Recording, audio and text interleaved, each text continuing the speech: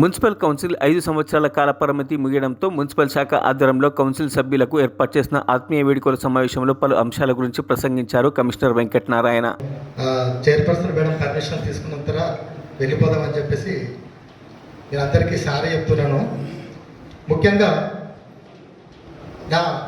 ఇక్కడ నేను ఫిబ్రవరి 15, 2024 నాడు కమిషనర్గా జాయిన్ అయినాను. అప్పటి నుంచి ఇప్పటి వరకు మన 28 మంది వార్డు కౌన్సిలర్స్ అండ్ దాంతోపాటు కౌన్సిల్ సభ్యులు సిబ్బంది అందరూ కూడా ఒక ఫ్రెండ్లీ అట్మాస్ఫియర్లో టౌన్ డెవలప్మెంట్లో ప్రతి ఒక్కరు సహకరించారు. వారందరూ కూడా నేను ముందుగా మున్సిపాలిటీ బోధన తరపున నా పర్సనల్గా కూడా అందరికీ కృతజ్ఞత తెలియజేస్తున్నాను. ఇంకొకటి, ఈ ఆత్మీయ వేడుకలు అనేది కౌన్సిల్ సిబ్బంది 5 years టర్మ్ అయిపోయింది, వాళ్ళకు ఇక్కడ చేస్తున్నాం. ఇంత క్రితం ఇక్కడ చాలామంది సిబ్బంది వాళ్ళ 58 years అనుకోండి, 61 years అనుకోండి, టర్మ్ అయిపోయాక వాళ్ళు ఇక్కడ రిటైర్ అయ్యారు. అప్పుడు కూడా ఇట్లా పిలవంగానే కౌన్సిల్ సభ్యులు అందరూ వచ్చారు. నా 30 సంవత్సరాల సర్వీస్లో 10 మున్సిపాలిటీ తిరిగిన ఎక్కడ కూడా ఈ విధంగా అట్మాస్ఫియర్ కనవలేదు. అందుకు నేను స్పెషల్గా వాళ్ళందరూ కూడా థ్యాంక్స్, కౌన్సిల్ సభ్యులందరూ కూడా థ్యాంక్స్ చెప్తున్నాను. ఎందుకు చెప్తున్నానంటే ఇక్కడ ఒక ఫ్రెండ్లీ అట్మాస్ఫియర్ అనుకుండా కూడా ఒక ఫ్యామిలీ మెంబర్స్ లాగా ట్రీట్ చేస్తున్నారు ప్రతి ఒక్క విషయంలో. అంతేకాకుండా ఇంతకుముందు మన సిబ్బంది చెప్పారు, ఇక్కడ ఒక పలానా ప్రాబ్లం ఉంది అంటే అది ఏ కౌన్సిలర్ గారైనా చైర్పర్సన్ గారైనా కూడా సార్ ఇప్పుడు మాకు ఇట్లా పలానా ప్రాబ్లం ఉంది అంటే ఆగమేఘాల మీద మా సిబ్బంది కంటే ముందు ఆ పని మాకు చేయించి పెట్టారు. ఈ విషయంలో కూడా నేను వాళ్ళందరూ కూడా మరొకసారి థ్యాంక్స్ చెప్తున్నాను. ఎక్కడ కూడా అడ్మినిస్ట్రేషన్ అంటే ఇప్పుడు కౌన్సిల్ కమిషనర్గా నేను నా సిబ్బంది అడ్మినిస్ట్రేషన్ ఉంటాం, కౌన్సిల్లో మీరందరూ ఉంటారు, ఎలక్టెడ్ రిప్రజెంటేటివ్స్ అందరూ ఉంటారు.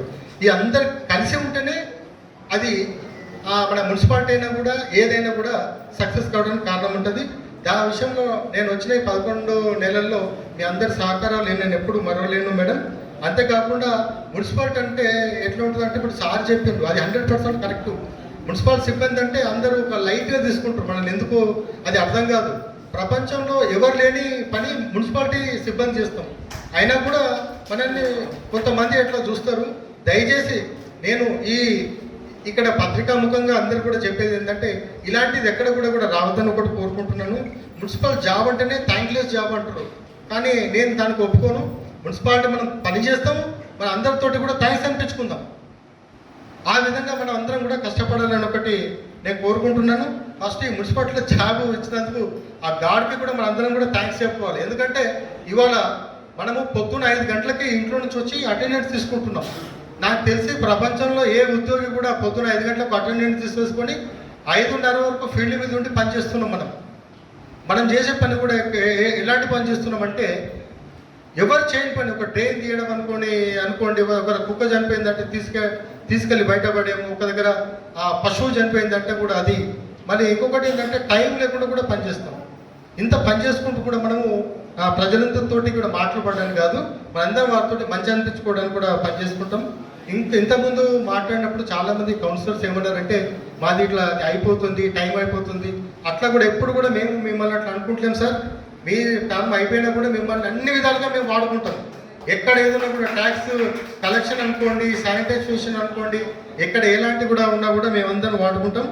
ఇంకొకటి, మన మున్సిపాలిటీకి ఒక వరప్రదాయం ఏంటంటే ఇంతకుముందు ఒక కౌన్సిలర్ గారు చెప్పారు, వాట్సాప్లో కూడా ఇక్కడ నిరంతరంగా జరిగిందని. దీనికి మన కౌన్సిల్ సభ్యులు చాలా తోడ్పాటు ఉన్నది. మనకు బెల్లాల చెరువు అనేది వరప్రదాయంగా ఉన్నది కాబట్టి దాన్ని మనం ప్రాపర్గా వాడుకుందాం. ఎక్కడ కూడా మరిన్ని అప్డేట్స్ కోసం మా ఛానల్ని సబ్స్క్రైబ్ చేయండి.